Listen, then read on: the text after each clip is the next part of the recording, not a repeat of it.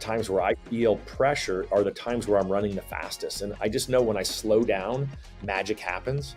And so I would just encourage you, here we are, whatever time you're listening to this, you know what, maybe schedule an hour the next 3 days just to think about your business and the planning that we're talking about. Or maybe, maybe schedule on the weekend, if you don't feel like you can do during the week.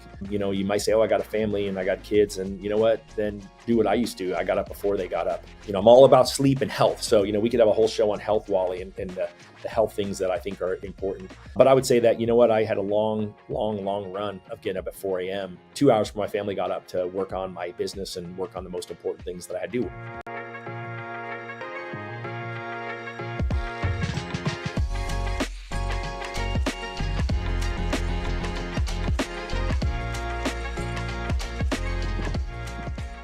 Hey guys, Wally Olivieri. All right, so what is 24/7 mindset? Most times when you hear 24/7, you're thinking what? 24 hours a day, 7 days a week, just grinding, hustling.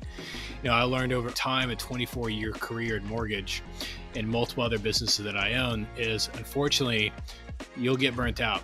I became an absent father, I became an absent husband, and I became a poor business leader because I was trying to work 24 hours a day, 7 days a week, trying to build a business, maintain a business. When I learned how to work smarter, not just harder, by doing things the best way it could be done, instead of just simply doing my best, I learned how to work only 24 hours a week, 7 months a year, while I got paid from the business residually 24 hours a day, 7 days a week.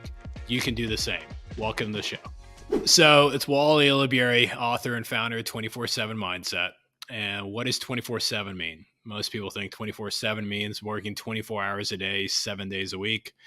I built a business that does a couple $100 million of loans a year. I built a branch, other businesses that I own, that I only have to work in them 24 hours a week, 7 months a year, while I get paid 24 hours a day, 7 days a week.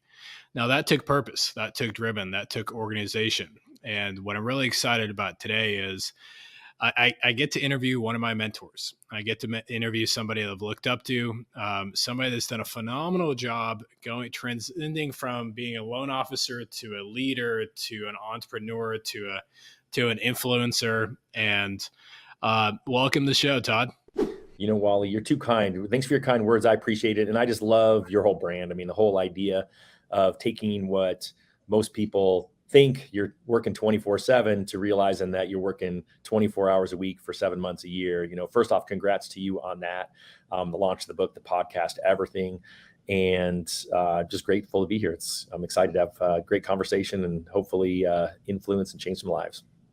That's awesome, man. I think, I guess catch me up to speed about you. Isn't it, if I remember correctly, aren't you in the process of writing a book, or am I making that up?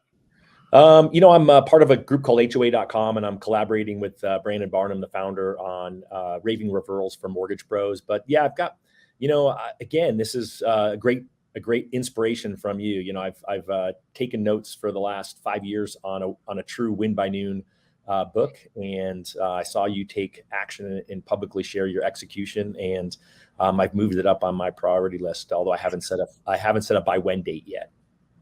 Well, only reason mine moved up on my priority list that I kept it is because my oldest son made me a $500 bet that I was not going to have it done by the end of this year. And I think I'd give my right arm before I pay him. So I got the book done. So, well, smart kid. And, I had Coach Bill Hart, a dear friend of mine. He stood up in front of our group and said, hey, I talk about by when, and if I talked about this book for the last couple of years, and if I show up here next year and that book is not written, I don't deserve to be here. And so I love when someone's willing to, put something really big on the line in order to ensure that they accomplish a big goal. Yeah, absolutely. And I think, watching you and Savage and Deborah and the whole mortgage coach world and the whole win by noon world, it's been such an inspiration for the sake of, there's this doing loans. It gets boring after a time. It wears you out. And what you guys have taught me is the importance of a quality life. What you guys have taught me is the importance of being a better father than I am a loan officer, being a better husband than I am a loan officer. And over time, I became a really good husband, a father, and a decent loan officer. But I just say, it's like, have you always been purposeful like that with your time, or is that something you've kind of grown into? I've really grown into it. A lot of people don't know that I spent my first 10 years out of college. I went through the entrepreneurship program at U of A where we spent a year, fleshing out a business plan. But it wasn't the business plan I wrote, but I opened bicycle stores straight out of school. And, that was a 24/7. I mean, when you have a retail business that's open 7 days a week, you're working a lot, although I was pretty fortunate. The average person in a bike shop lasted about 6 or 7 months, and my average team member worked with me for 6 or 7 years, and they're still friends that I have today, and proud of that part of it. And really what I saw doing that was that that's not what I wanted. So I thought I'd go back to school and get my MBA, and while I did that I was going to be smart and be some kind of business consultant. And thankfully, while I was getting my MBA at night, I was a stay-at-home dad. And one of my best friends, the friend who got me in the bike business, was in the mortgage business, and he asked for me to come help. And after I laughed at him, I realized my youngest kid at the time had started school, and I had a day where I was either just studying or hanging out with stay-at-home moms, and I was like, it didn't feel who I was. And so I went out and bought pants because I literally didn't own any pants, and I went to work as his assistant. And he was kind of the assistant to the head of the company. And ironically, my first day of the business, I bought Mortgage Coach. I'd never done a loan. Showed up at a seminar and bought it. My wife thought I was crazy. And I started doing annual mortgage reviews for all of the owner's clients. And after 30 days, he's like, "You got this. You should just go do this on your own." So I committed to work for him for 90 days. And after 30 days, they set me free. And at that time, I worked a lot. I worked way too much. And I get pretty fortunate because one of the, a little bit later coming through was Tim Brahim, who sold a product at the time called Loan Toolbox. And I listened to an interview with Daniel Harkavy where it was called "Get Out of the Backseat and Drive."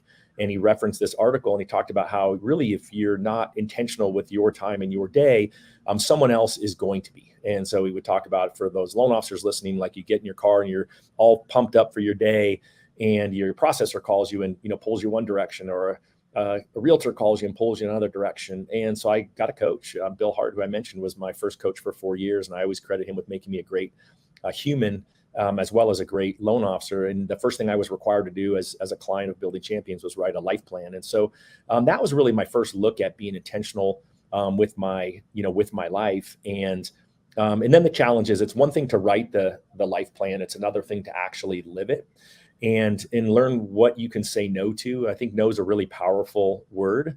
And there's other ways to say it, and Win by Noon, I teach, I have a commitment at that time because I have a commitment to myself, to my family, to those I care about. I have a commitment when I was doing loans to my business partners, to the clients. I thought I was the best. And if I thought I was the best, then I have a commitment to help the client, educate them and help them understand what their options are so they can make great choices.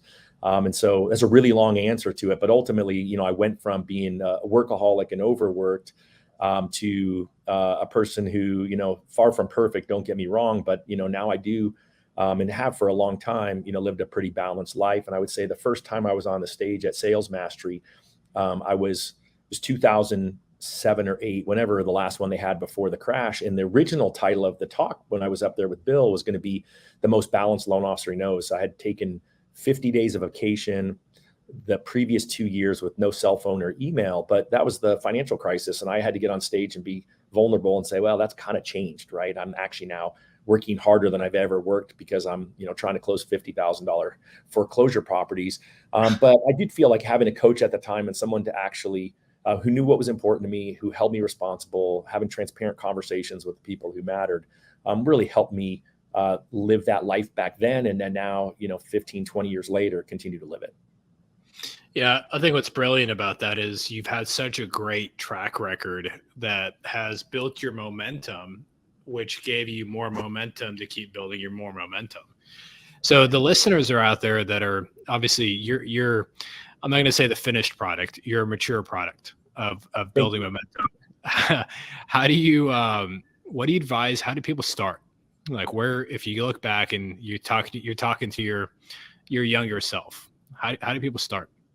I mean, I think you mentioned the word mentor up front, right? And I think that what a lot of people forget is you don't have to hang out with someone to have them be a mentor, right? I mean, most of these books up on these bookshelves behind me, those folks have played some mentorship in my life. And so I think it's really a matter of thinking, you actually have to step back and spend some time thinking about it, right? So for me, I mean, I'm intentional. Most years I I spend a half a day to a full day unplugged, typically somewhere near water or out in the wilderness or some way of just looking at what's important to me and what I want it to look like in the next year. And so I think it's this whole idea when you get so busy being busy, you just never slow down and Mhm. plan ahead and have any intentionality. And so I think that's, sort of the first thing I think you have to decide if you're listening is, what is important to me, right? Does it, I mean, when I hear Wally say that he works 24 hours a week, I'm like, I want to do that. Like I work more than that. And when he says I work 7 months a year, I'm like, I want to do that. I work more than 7 months a year. So think about what does that look like to you, right? Wally has an amazing family, he's got amazing friends, he's got great hobbies, and so he can go out and travel the world and watch golf, right? I'm like, okay, I better pick up a better hobby if I'm going to spend that much time not working. And so really, you have to look at how do you design out what you want, and I think it's unplugging, spending some time thinking about it, talk to the people who are important to you. And then put pen to paper and, actually really write those things down. There's a great book. It's the middle book here for a reason on my bookshelf. It's Living Forward, which is really how to write a life plan if you're looking for that. And you could certainly you could go to the Win by Noon YouTube channel and put in life plan. I've taught it a couple times there, but I think it's this whole opportunity. I think if the whole idea that like my daughter's getting married soon, and the amount of time that she has spent planning her wedding, I promise you, is more time than she's thought about her life. But she's in her 20s, and it's a different time. When you're younger, it's harder to think about those things. But certainly depending Yeah. on where you are and what your age is, it's a great opportunity. And so I just think the short answer is slow down, think about it, put pen to paper. And then once you know what that future is going to look like, whether you look out 3 years, 5 years, 10 years, or even 1 year, and then what are the action steps to get there, and how do you put those in your calendar to start doing those, today, tomorrow, next day? That's awesome. Well, a lot of our listeners are going to be in the mortgage space. You want to tell us a little bit about how do you build your business? How do you build your mortgage world? Obviously, that's a little bit in the rear of your mirror, but kind of give us a glimpse of that a little bit. Yeah, I think the interesting about it is that my glory year loans was nothing as great as yours, but the last year that I produced full time was 2016, and we closed 551 loans. That's great. And I had been stuck for 3 years. So what I would say is I think like most people, I started out and I did write a vision out for my business too. So after I did my life plan, I did a business vision, and it was, what did I want to be? I wanted to be a $10 million I wanted to be a $100 million producer. I wanted to be on the stage at, the biggest conferences. I wanted to have a team, and I wrote out what that team would look like and what the team members were. And then because I had a coach and I was forced to, again, it wasn't necessarily because I was driven to, I sat down every year and I reviewed that to see how I was doing, because it took me longer to get there than I had thought it would. So I think that's one thing is, patience. Not everyone is patient. And so I think, what's that look like for you? But once I had that business vision, then I could write a business plan. Okay, well, what's the next step? Hey, I can hire an assistant now. I'm doing enough loans, and hired one assistant. And, we just continue to build a team where everyone worked in the right seat on the bus, so to speak. Everyone was doing what they were uniquely great at. And ironically that, the team still exists. I lead the team and, from a coaching perspective, but I don't originate day to day. And, ironically, it's still the same basic way that we run the business is still the same that it's been now for, more than a decade. And it's probably similar to your team. It's probably similar to other great producers teams, not exactly the same, but there's probably some overlap. And so I think it's just designing that out. But ultimately in the end, it's, again, get crystal clear on what you want and then figure out what the steps are to get there and start taking action. Yeah. And I think what's brilliant about that is you're patient, allowing yourself enough time to develop. I think where most salespeople or most entrepreneurs is, we think this success has to be a brute force, and there is no microwave to success. It's a crock pot, and it just builds, and momentum, and just builds. And I think it's a lot of great wisdom on your end that you can see that vision. Well, and then if you don't take time to look back and reflect, I think that's the other part of it, right? You have to spend time and think about where you want to go, but then you have to make sure you spend the time to actually look back and analyze it. And so for me, at the end of 2015, I'd done 3 straight years, $80 million, 400 loans. I mean, it was good income, and it was great, but I still knew in the back of my head that I wasn't a $100 million producer. And, again, people can argue. I don't think everyone needs to or should be a $100 million producer. And, I had a chip on my shoulder because I was competing against loan officers at my company from Washington. And, I was doing 400 loans to get to 80 million, and they were doing 150 to 200 loans to get to 80 million. And so that's why I always started with the number of units it was. But I really had to spend time at that year and say, well, what was the difference? Why was I stuck at that? It was a great number, don't get me wrong, but it wasn't what I said I wanted to do. And then I also had to say, is that still an important goal for me or not? And then that year I, made specific changes that actually were able to take my work day back to me, being proactive, not reactive. And, ultimately that was the first year that I quote unquote won by noon and, grew my business in a flat market. Rates didn't drop. I was not a refi boom. We didn't land some big whale builder that we were sending loans to. We were just better at what we were supposed to do, doing it more consistently because I actually made myself do it every day. I don't know about, some of you that are listening, but there have been times where I would tell a realtor like, oh yeah, this is my lead follow-up program, but I didn't always do that every day because I was distracted and running around. But when it's intentional and you build your life around the things that are most important to drive, your revenue, your results, then guess what? Magic happens, especially if you do it every day and you do it consistently. Yeah, absolutely. So for the listeners out there that have been living under a rock and do not know what Win by Noon is, what is Win by Noon? Well, Win by Noon today is just a planner. It's all these things you see behind me. Literally, it's a physical day planner that comes out every quarter.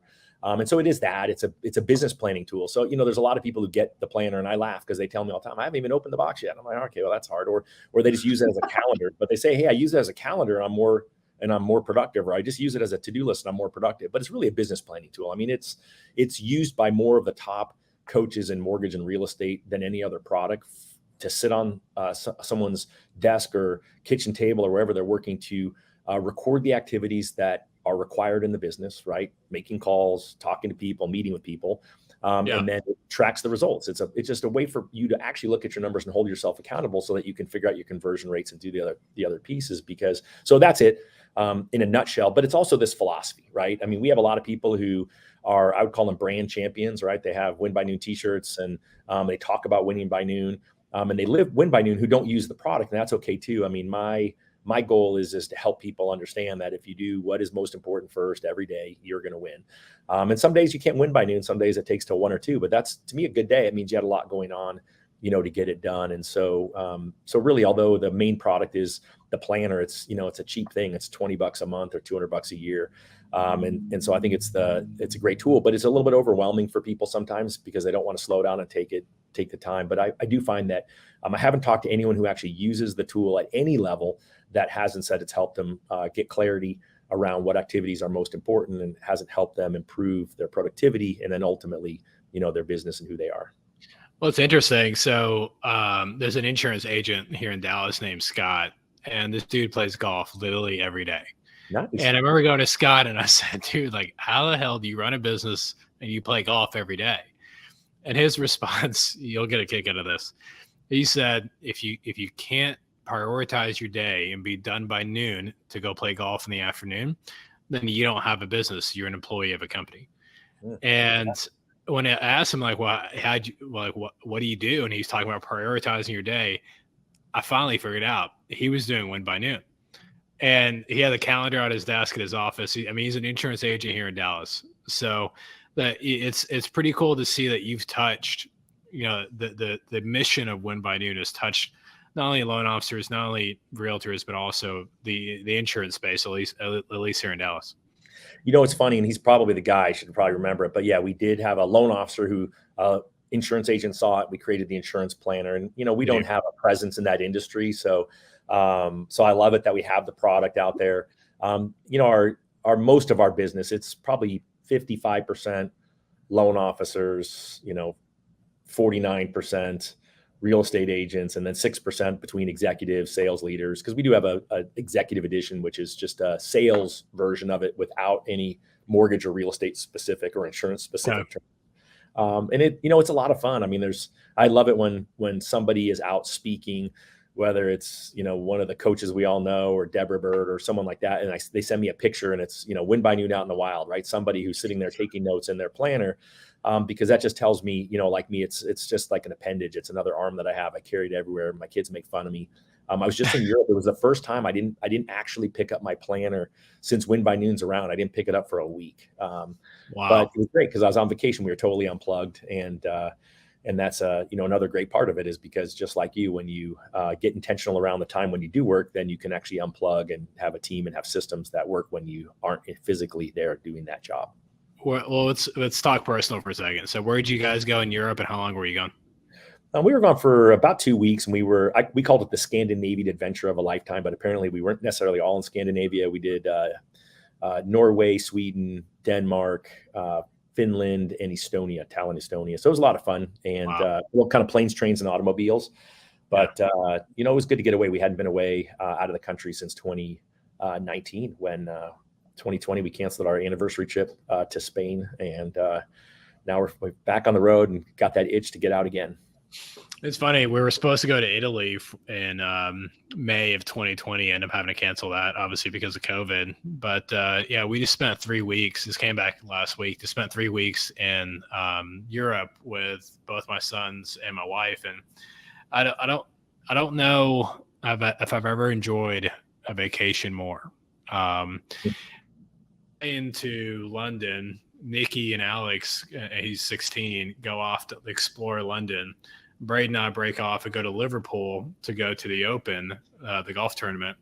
We literally play golf every day. We meet back up as a family. Then we go to Scotland, literally play golf every day. I mean, we're gone 18 days and play golf 18 times. But I love it. I was watching on social media, and it looked awesome. It was a blast. But I think here's what the coolest thing about it, Todd.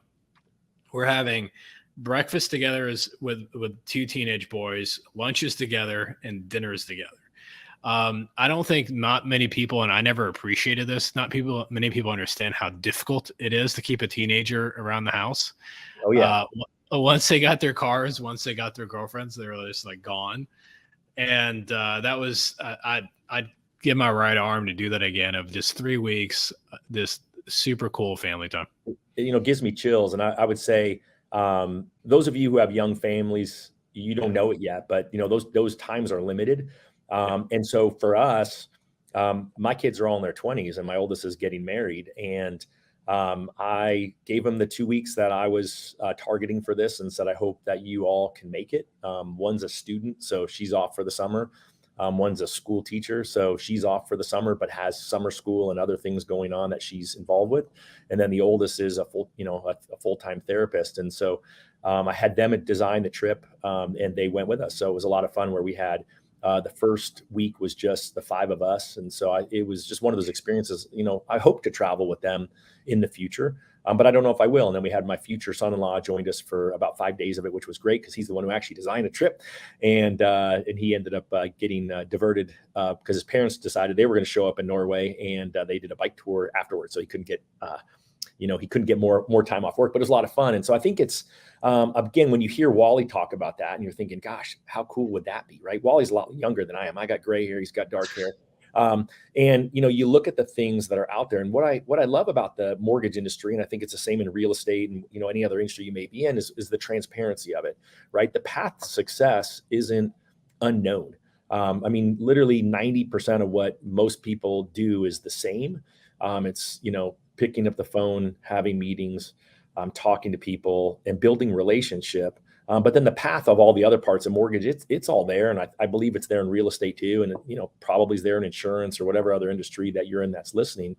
And so I just love the idea when you have 2 people on here together who just both got back from trips of a lifetime of, okay, what's your trip of a lifetime? Again, put that in that life plan and then figure out, whether it's, next year or the year after. Like I was just talking to a team member who just told me he got tickets for next summer to see Taylor Swift in Germany. And I'm like, that sounds awesome. I tried to get my family to buy him in London. They didn't want to do it. I'm like, what? Why not? But I think that's the fun part when we get to have conversations like this. Yeah, absolutely. So what's next for Todd Booksman? Like fast forward, like what's some big projects you're working on? I love it that you say it. It's interesting because I talk about the vision, and I do feel that, there are times where you have to sort of step back and say, okay, with all these different pillars that I have, right? Just like you, investment real estate, right? I'm really Yeah. passionate about wealth that way. The mortgage team's still there. Win by Noon is there. I've got other organizations like HOA.com that I mentioned where I'm super excited because it's a great tool for loan officers to partner with not just realtors but other industry professionals that are out there. Yeah. And then, for us, it's really been the big piece. I know you interviewed Dave Savage, so I'm sure he talked about First Home IQ, which is the nonprofit that Kristen Messerly, and I just co-founded, and super fired up. We just did a all-day strategic planning meeting in Dave's house with a high-powered consultant who ran us through some exercises. And I'm always passionate about teaching and sharing, and so that'll be a lot of fun. Our goal is to help inspire 5 million Gen Zs. Right, Gen Z was born into a financial literacy crisis, and really help get in front of 5 million between now and 2025, and really teach them about money, about credit, and then ultimately help them figure out when the right time is to buy their first home, but ultimately to help them be a little more financially savvy than their parents were. So how do we get behind that? How do we contribute? How do we help? I would say there's a couple of ways to do it. So I appreciate you asking. One is just go to firsthomeiq.com and then register for the email list. And then there's also a text community. So that's going to be a great way for us to build our influence. And right now, we're so fortunate. We've had, a couple dozen loan officers and mortgage executives primarily that have become what's called a founder friend and donated $1,000. And then we, of course, I make my team the guinea pig of everything. My team's going to be this is the first ambassador, First Home IQ ambassador team. So we're going to actually start donating $100 from every closing to First Home IQ. So it's just an easy way for someone who's maybe not in a position to write a check today, but to go out there and in the future, help make it a sustainable vision. And then really it's going to be the schools, right? I mean, you got 2 kids in school. So, hey, what we would love is to figure out, is there someone in the school who thinks this is a great idea that the team, our First Home IQ team, can hook up with and help provide them with the curriculum, because we've got great curriculum that we're creating to allow teachers to teach it themselves. We'll have some recorded curriculum that's going to be really top notch and designed to engage with the Gen Z communities, where they can just take that video and play it. And then more importantly for us, because we're in this industry, we want to support, loan officers, real estate agents, and those who support the industry, is we'll actually, for the ambassadors, they'll be able to go out there and connect and teach. So we've already got teachers in high schools and colleges who have raised their hand and said they would love to run the beta test and help start teaching it. And then we'll be able to partner them with some of the ambassadors who can go in there and teach. And I think it's, maybe, if you're like me, you've always thought, hey, wouldn't it be fun to go in there and teach this? But then how do you do that? What's the resource? And so in this case, we'll have just a, PowerPoint. We'll probably in a lot of cases create the meetings, but, other people I know will already have that relationship. Like I could have certainly gone into my kids' schools when they were in school and taught. I probably could still go back there and introduce myself again and go in there and teach. So it's going to be a lot of fun, but long answer to go to firsthomeiq.com. Okay. All right. So, after we get done, I'm sure you got a computer around you somewhere. Connect me to the email who I can make also that matching $1,000 donation to. And I want to match that $100 per closed loan donation. So we would love that, man. That is awesome. Thank you so much. Yeah. Assuming it comes with a t-shirt, right? At least, the founder friend, right? We won't let Dave say it anymore. Cause like, it's the most expensive t-shirt you ever buy. Cause you get a founder, that's a gift for your $1,000. But really what it did is it's empowered us to be able to lay the groundwork. And Kristen's just an amazing executive director. And the distance she's come in the last few months since we told everyone that this was going to be a thing has been just super impressive. And the industry support. And, if I told you the companies and the organizations within our industry that want to get behind it, it's amazing. It's just, we're not ready for them yet. That's kind of step 2, but we'll have some big names, and we just don't want it to be go there and it's a billboard of mortgage companies and builders and organizations. We really want to provide value to these Gen Z people. That's first and foremost our mission.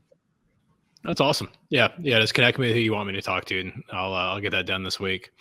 All right. So I'm not sure when this is going to air, but allegedly right now it's in August. So rumor has it Q4 and Q1.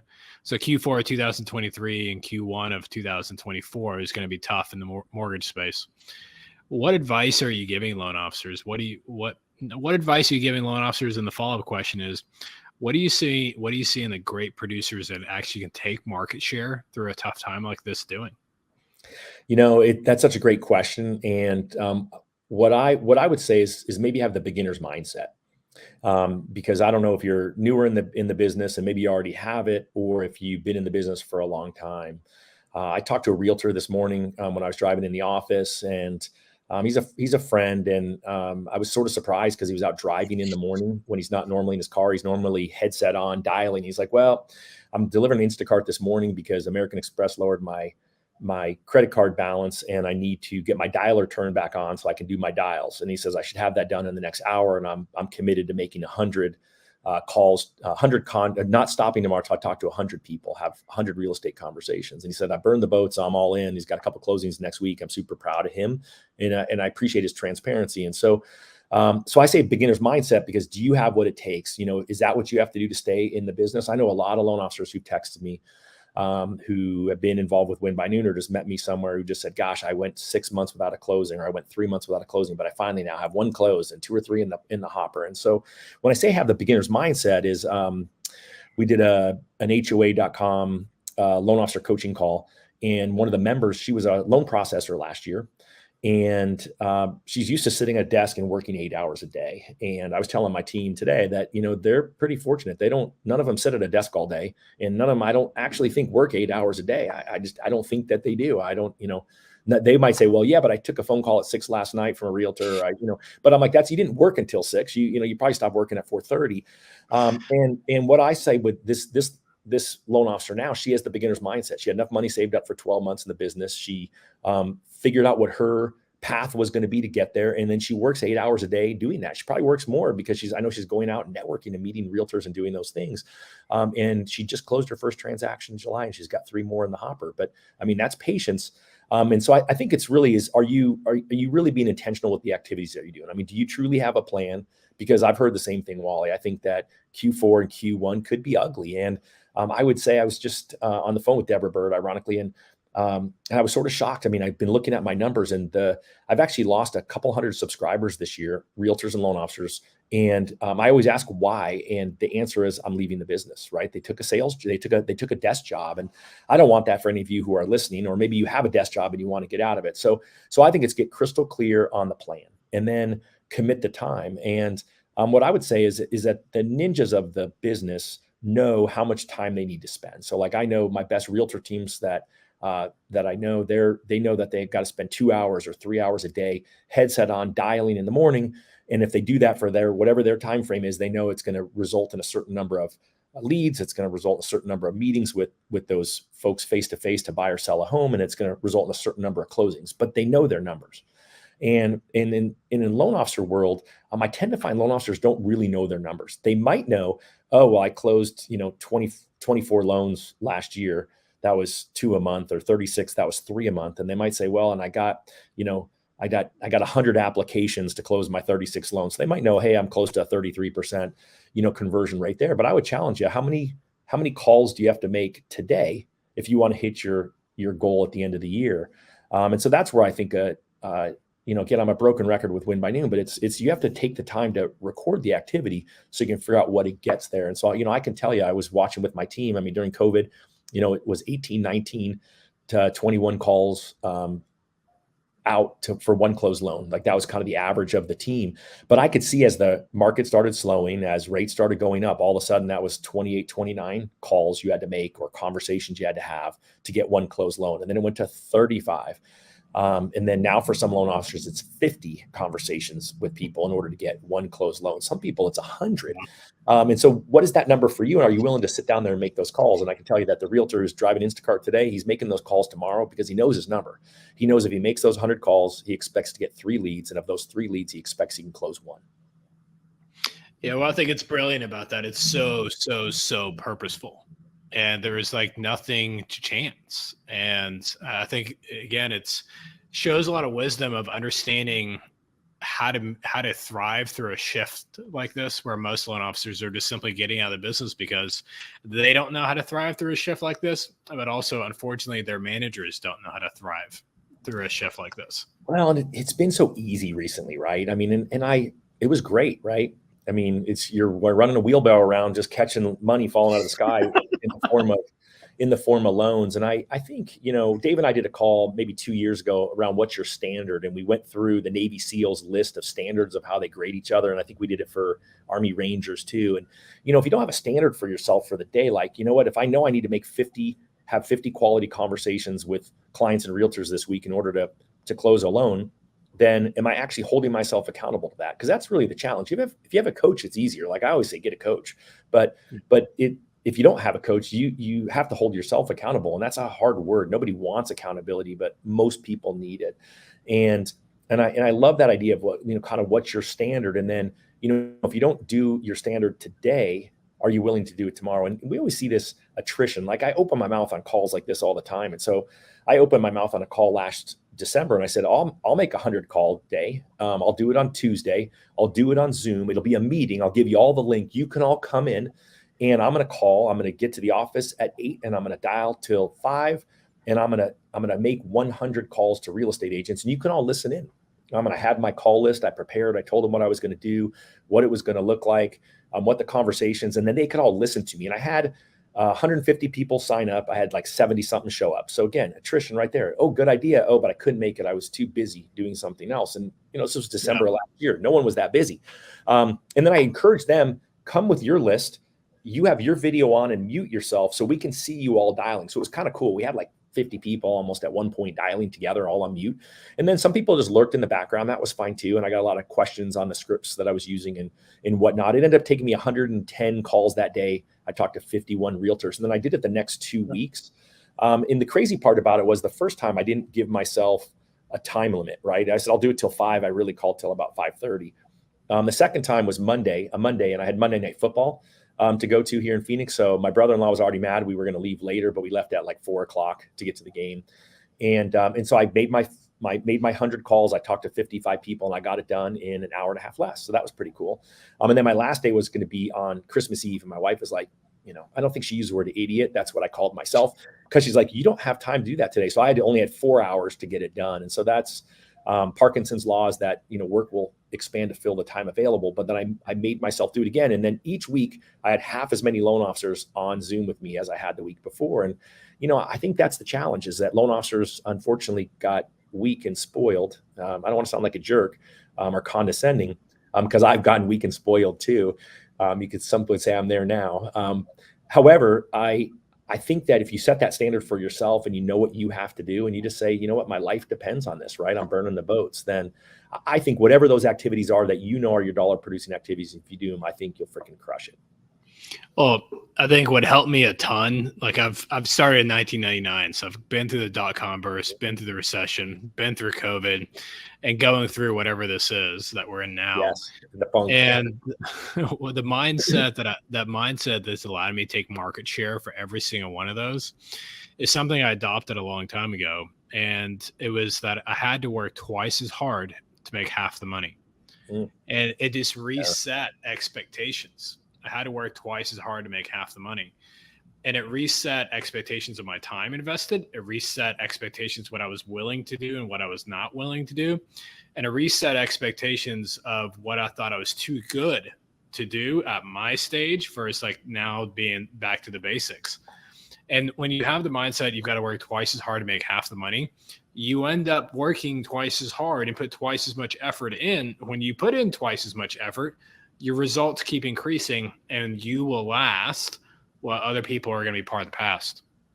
Yeah. Amen to that. I mean, I think that's such a great thing to stay. And I think you have a choice, right? I interviewed a realtor, longtime win by noon user. He leads a $150 million Keller Williams team using the planner, and 80% of the agents use the planner, 20% don't. Like one lady had this little notebook that was like this big. I don't know how she was keeping track of her life, but that was okay. And he said that in the first quarter of 2022, it took 34 conversations, meetings or conversations to get one appointment, buyer or listing appointment. He said in fourth quarter, it took 104 conversations. Now, he's a friend, and I didn't want to ask the question on the podcast and have the answer not be one he was proud of. But my question to myself was, okay, did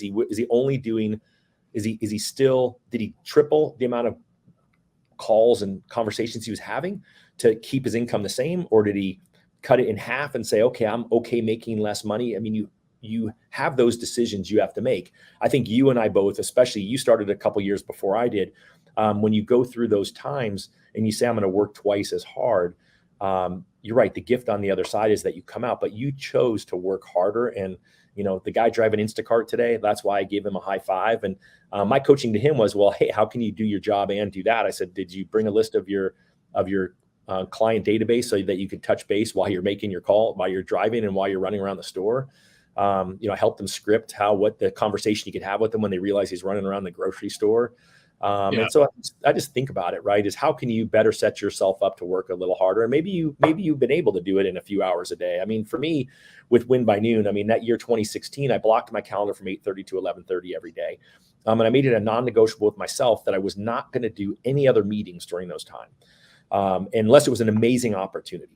And so if you think about that, that's a difficult thing. And I gave you my script before. I have a commitment at that time. And that was to me, right? I was really trying to build my business and hit the goals that I believed I could hit.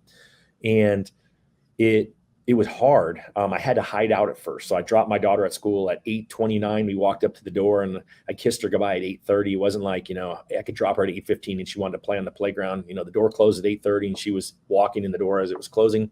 And then I hid at the burrito shop, or I hid at the Starbucks or the other coffee shop on the, kitty corner from my office. But I got those activities done and I was crystal clear on what the activities are. Because I feel like you got to call leads every day. I feel like if you're a loan officer, you've got to call applicants who haven't gotten you all the documentation you need to actually get the pre-qual out. If you're a realtor, you should be calling your database every day. But I really did what are those daily non-negotiable activities that I had to do. And again, I was doing them consistently. And then no different than probably you do and most coaching programs do. I just did different, what I would call target day activities or theme days, right? Calling, the pipeline on a Tuesday to give them updates, calling pre-approved clients on a Wednesdays. I think realtors could be doing realtor, annual reviews about the property values on, one day a week. Being proactive on annual mortgage reviews. That was my thing on Friday. And so by just being super consistent on that stuff, eventually I was able to move back in the office. And I just put a little do not disturb sign on the door, which is still on my store today. It's just a Post-it note. It says do not disturb. And people respect that, other than my wife, because I worked with my wife and she's my wife though. But everyone else knew that they saw it happening in the business. They saw that the business was going up. And so it doesn't have to be all day. When I say have a beginner's mindset and work hard, I mean, for me, I did it 3 hours. And if I had to work that full 3 hours, that meant I had a lot of deals going, right? That means I was helping a lot of families. And I feel like that's it. If you just start with an hour, right? What if you just called leads and your past clients for an hour tomorrow, with no distractions, right? Don't answer your phone when it rings. Don't look at the text. Don't check Facebook.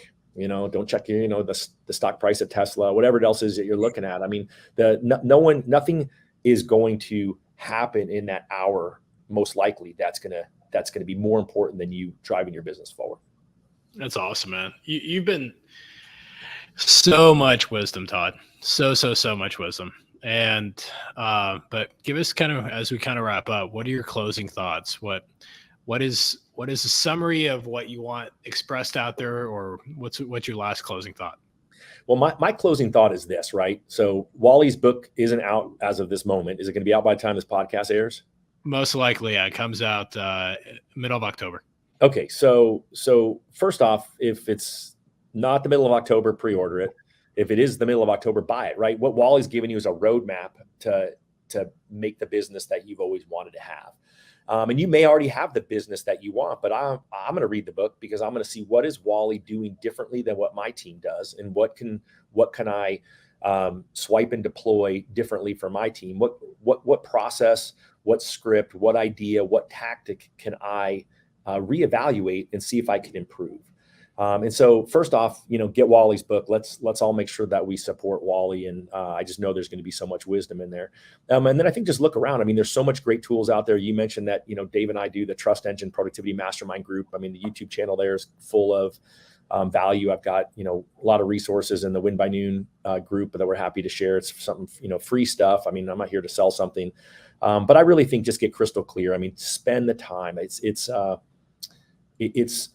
It's mind-blowing to me, the times where I feel stressed, the times where I feel pressure are the times where I'm running the fastest. And I just know when I slow down that magic happens. And so I would just encourage you, here we are, whatever time you're listening to this, you know what, maybe schedule an hour the next 3 days just to think about your business and the planning that we're talking about, or maybe, maybe schedule on the weekend, if you don't feel like you can do during the week. You might say, oh, I got a family and I got kids, and you know what, then do what I used to. I got up before they got up. I'm all about sleep and health. So, we could have a whole show on health, Wally, and the health things that I think are important. But I would say that, I had a long run of getting up at 4 a.m.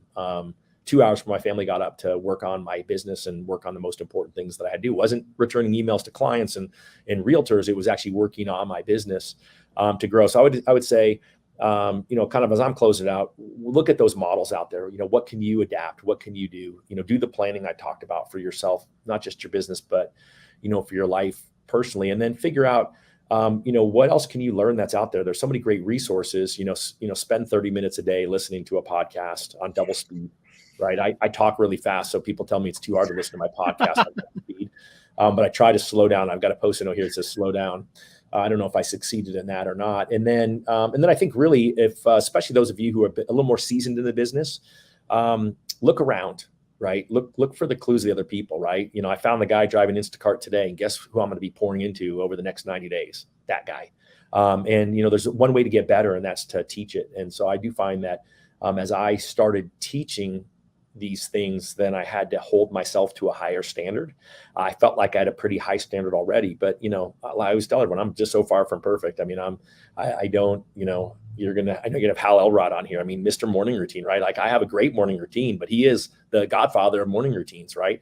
And we all know that every every productive human has a morning routine. Now, it doesn't mean it starts at 4, right? Doesn't mean it starts at 5. I got up at 6 today.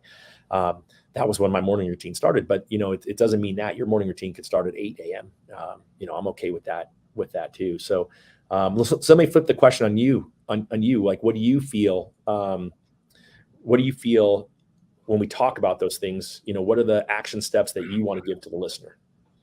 I'd say very simply to summarize what I've learned from you and other great mentors that we've had in this space. There's a great book called Wealth Can't Wait. Author is David Osborne.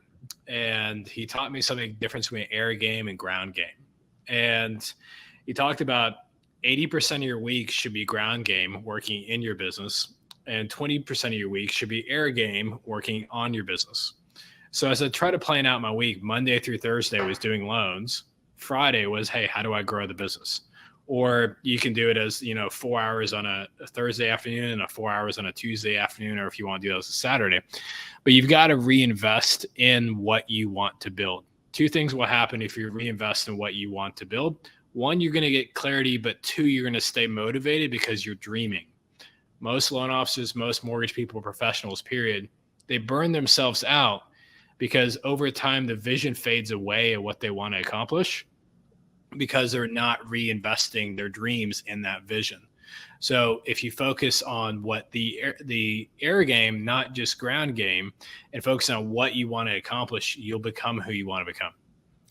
Yeah, I love that. I've got David Osborne's collaboration with Hal up on my bookshelf that David gave me after I met him, probably 6 years ago.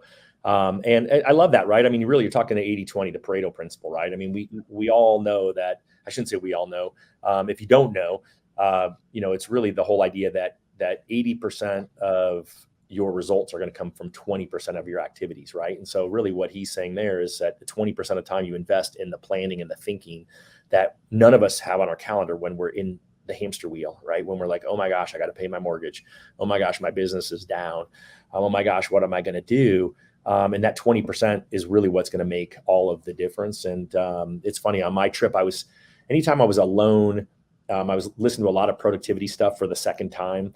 And a lot around 80-20. 80-20 came up in, so many of these books that I listened to and so many of the podcasts that I listened to. And I'm like, okay, well, how can I 80-20 my 20% right now and really try to scale that out even more. So it's, I don't know, it's a lot of fun. I love conversations like this because I feel like, we could talk all day. I'm kind of laughing a little bit, Wally, because before we started, you said, hey, I'm going to talk about the fact that you're really good at simplifying things, but I feel like I had the most rambling answers that I've ever had, but that's okay.